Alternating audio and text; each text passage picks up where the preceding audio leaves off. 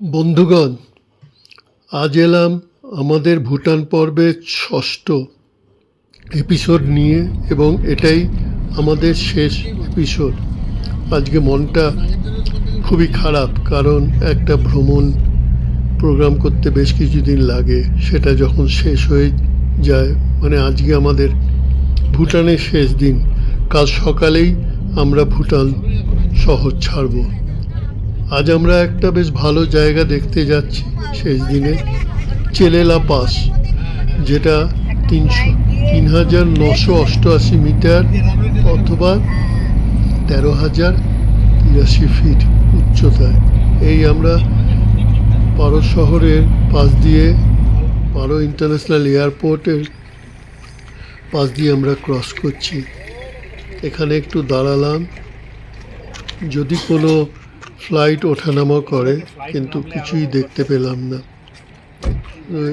Airport আর টার্মিনালের video দেখাচ্ছি আপনাদের। একটা এয়ারক্রাফট দাঁড়িয়ে আছে।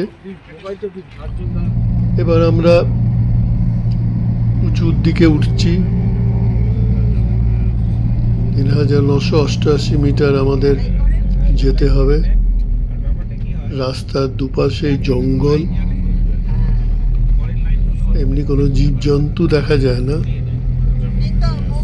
যত ওপরে যাচ্ছি আস্তে আস্তে বুঝতে পারছি যে কেমন ঠান্ডার হাওয়া একটা আসছে।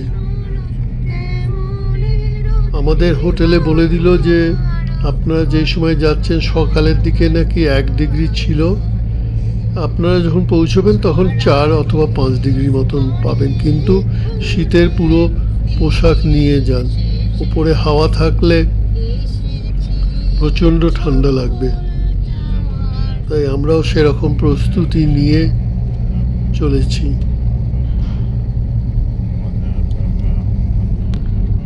এবার আমরা মোটামুটি কাছাকাছি প্রায় পৌঁছে এসেছি।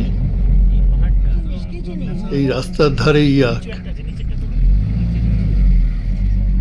বেশ কয়েকটা, গোটা ২-৩টে দেখতে পাওয়া গেল।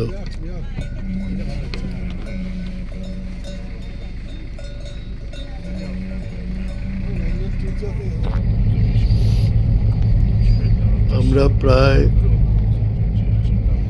১১,০০০ ফিটের কাছাকাছি চলে এসেছি। এখন বেশ ভালোই ঠান্ডা। গাড়ির কাঁচ তুলে দেওয়া হয়েছে।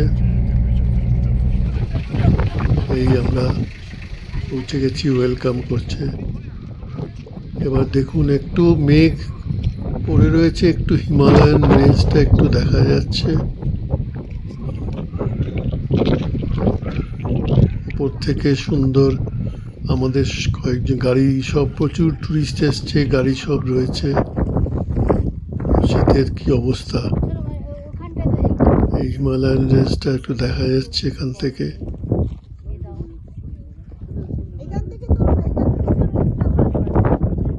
প্রচণ্ড হাওয়া, সবাইকে কাঁপিয়ে দিচ্ছে প্রায়।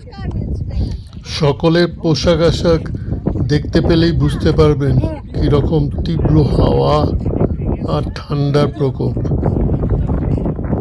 কেউ -৫ জ্যাকেট, কেউ -১০ জ্যাকেট কিনে নিয়ে এসছে। সবই ডেকাথালানের কৃপায়। হিমালয়ান রেঞ্জটা দেখা যাচ্ছে।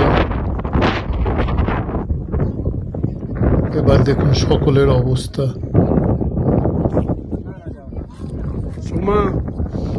একেবারে হাড় কাঁপানো ঠান্ডা, সবাইকে একেবারে ঠান্ডায় কাবু করে ফেলেছে।